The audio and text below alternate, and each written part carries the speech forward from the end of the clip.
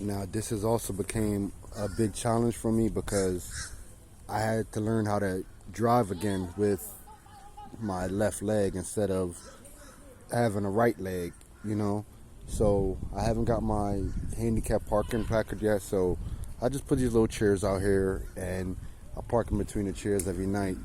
But I'm gonna show you how hard it is for me to actually drive. Well, it's pretty easy for me now because I taught myself so much, but this is one of my vehicles. Right now, I had to learn how to drive this. My truck was the easiest one to learn how to drive because the truck was so high in the air that I could just get in it and out easily. So it was harder to try to learn how to get in and out of this. But I got it now, so just work with me. I'm going to show you. All right. As y'all can see, I'm in the car, and I don't have this leg. I only have this one. So, you know, to learn how to drive, oh, God, my sneakers are dirty. Don't worry about that. I'm only going to the lot. But, you know, I have to learn how to, you know, control with this foot and drive with this foot. And it was super hard at first, but, hold on, what the? Okay, so it was super hard to learn how to drive with this foot, but now it become like second nature to me because when you're forced to do something, you just got to do it. You can't give up. So I learned with this, so it's easier for me to drive now.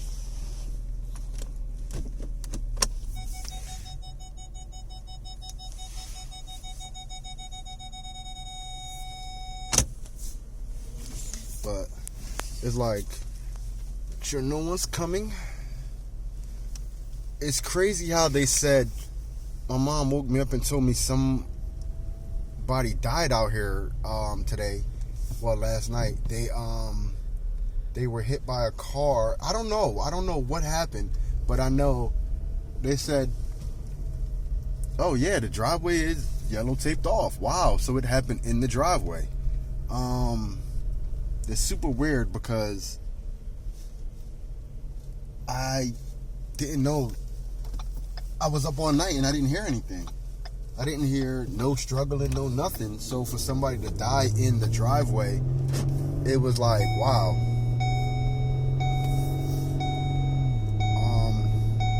Hold on, I gotta reach over and put on my seatbelt. Safety first, everybody. Please, safety first.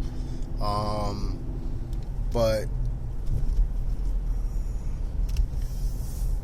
it just really threw me off because so much that I have to learn throughout this whole process that's the reason I'm making this video. I think it'll really truly help me and get through what I'm going through.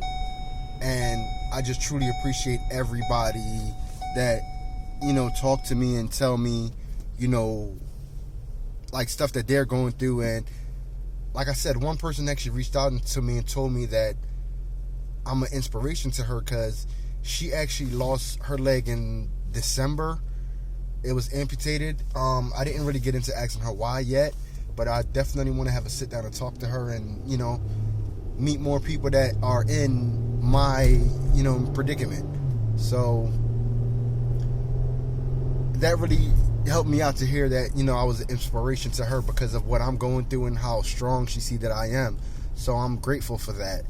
But this is like, it's so much to learn, and I'm not really giving up. I'm super happy that I have so many people in my corner that, you know, is in my side. They're on my side. Excuse the car. I know it's a little junky, but it's hard to get, you know, in and out of the car, and, you know, so I clean my cars a lot though. So, but yeah, it's just good to know that, you know, I can inspire people and help people. I'm sorry I haven't flipped back the camera around. I don't know how to do that yet.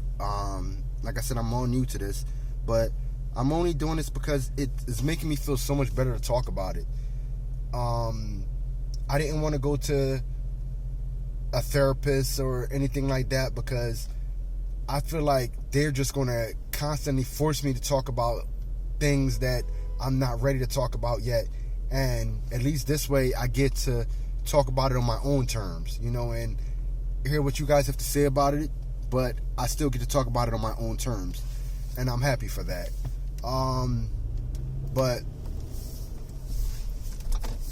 it's like, I want to know that I can help people, and I can, people that are going through this same scenario where they lost a leg or an arm, or something that put them in the disabled category, and I want to let them know that they're not alone. There's a lot of people out here that we're going through the same thing, and it's so hard to alter your life, going from one thing that you're so used to and that you've been doing with your life for so long, and now all of a sudden something just altered it. But you don't want to give up. You want to keep on trying, because if you give up, what does that say about you? And I'm not ready for that. I'm not ready to give up. I'm not ready to lose track of my kids, my grandson. I'm not ready for that. So I want to keep trying and keep moving on and live my life however it's going to be lived. And a lot of people ask me, especially my family, how does it feel to know that the one thing that you love so much, which was my motorcycle, basically took my leg and damn near almost took me away completely. And I tell everybody this, that how they say when you die, you want to die doing something that you love? That was something that I love. So I'd rather that than to have died from a gunshot or, some funky stuff. But, God wasn't ready for me. So I'm still here, and I'm still trying, and I'm not giving up.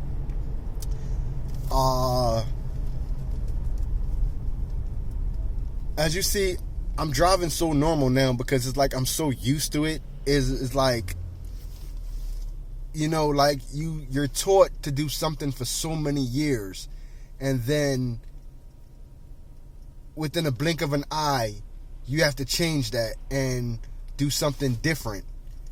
And that's where I'm at now. I'm learning how to do everything and adapt.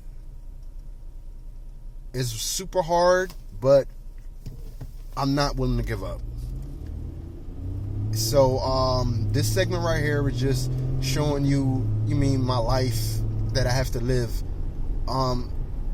In the other videos, like, I'm gonna finish talking about the accident and stuff like that, of what I remember from that night, because a lot of people that have passed away and was brought back to living, they don't remember much about what happened.